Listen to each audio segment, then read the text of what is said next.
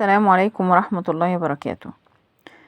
آية جميلة جدا أحب أتدبرها معاكم ونشوف ربنا بيقول لنا إيه في سورة النحل.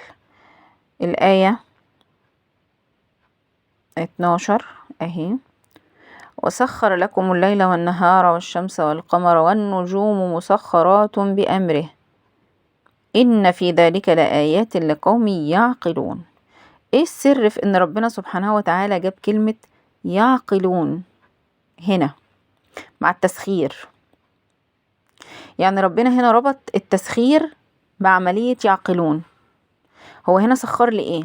عد معايا: الليل والنهار. الليل والنهار مسخر لي الشمس والقمر، والشمس والقمر الكبار دول مسخرين لي، والنجوم مسخرات بأمره كل واقف على أمر من ربنا بشرط تتم عملية يعقلون. اشمعنى يعقلون؟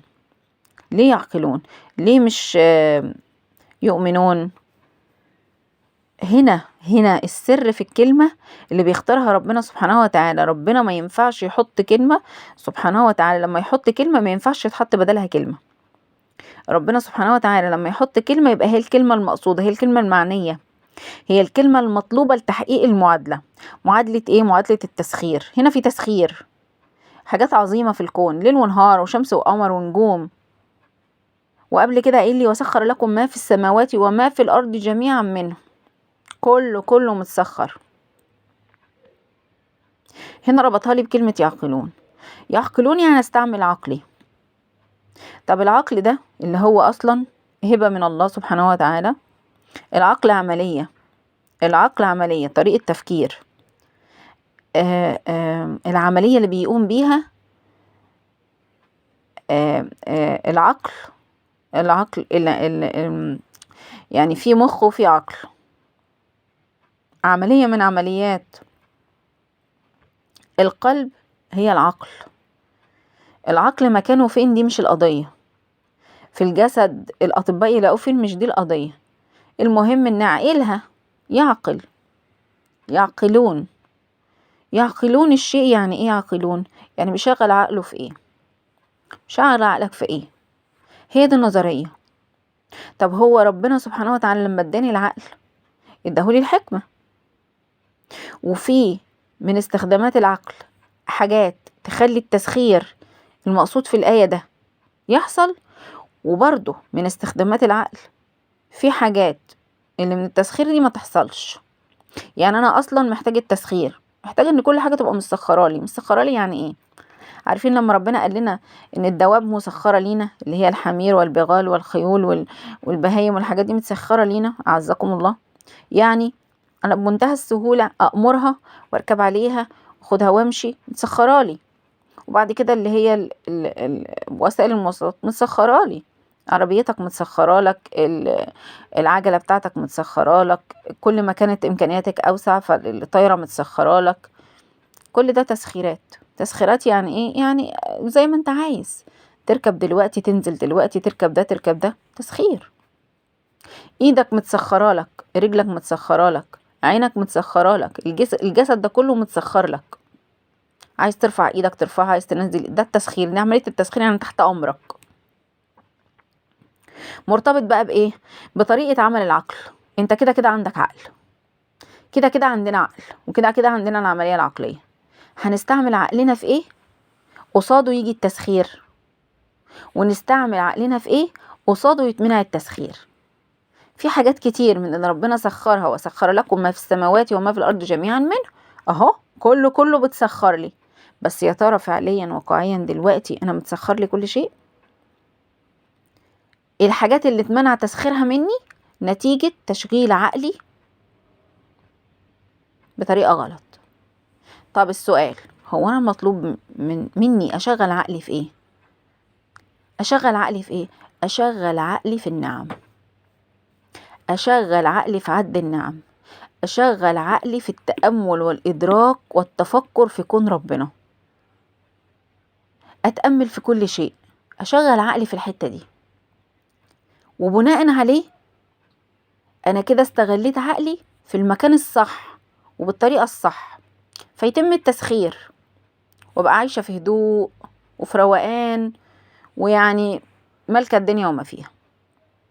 طيب ايه بقى اللي استعملت فيه عقلي؟ ايه اللي لو استعملت فيه عقلي؟ ما انا كده كده هستعمل عقلي، انت عقلك شغال معاك في كل الاحوال، بس انا الامر الناهي عليه. ايه بقى اللي لو استعملت عقلي فيه يمنع عني التسخير؟ تشغيل عقلي في المشاكل والمفقود، الاشياء المفقودة.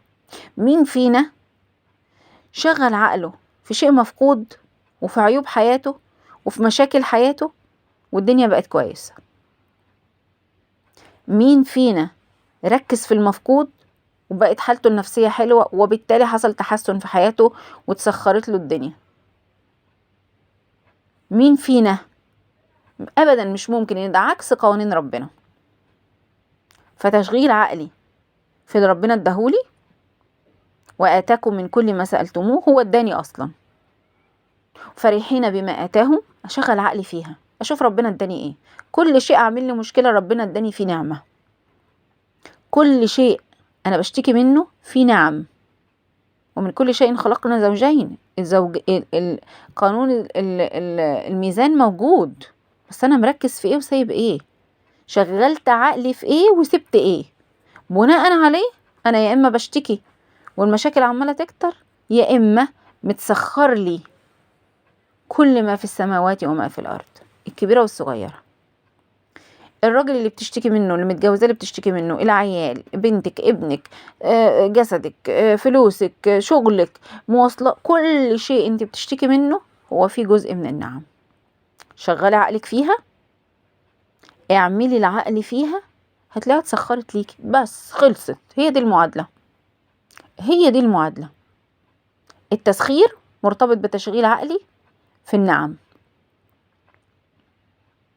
عدم التسخير مرتبط بتشغيل عقلي في المشكلة بس. وسبحان الله ربنا جمعها لنا في آية، وهتلاقيها في القرآن متكررة كتير. وسخر لكم الليل والنهار والشمس والقمر والنجوم مسخرات بأمره إن في ذلك لآيات لقوم، هو ده المفتاح، يعقلون. عقل؟ طب ما كلنا عندنا عقل وكلنا بنشغل عقلنا. أيوة، بشغله في إيه؟ ما هو في آيات تانية في القرآن ربنا عرفني لما أشغل عقل أشغله في إيه. أشغل عقلي، هو لما قالك ولئن شكرتم لأزيدنكم، مش الشكر ده عملية عقلية برضو؟ طريقة تشغيل مخ. مشغلاه في ايه؟ في اني ادركت النعمة ووعيتها وفرحت بيها وحسيت بيها فشكرت، فزادت النعمة. مين عايز حاجة اكتر من كده؟ خلصت.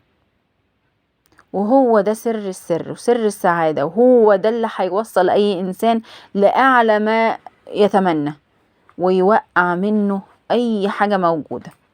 سر السر، سر التسخير، اعمال العقل في النعم. والسلام عليكم ورحمة الله وبركاته.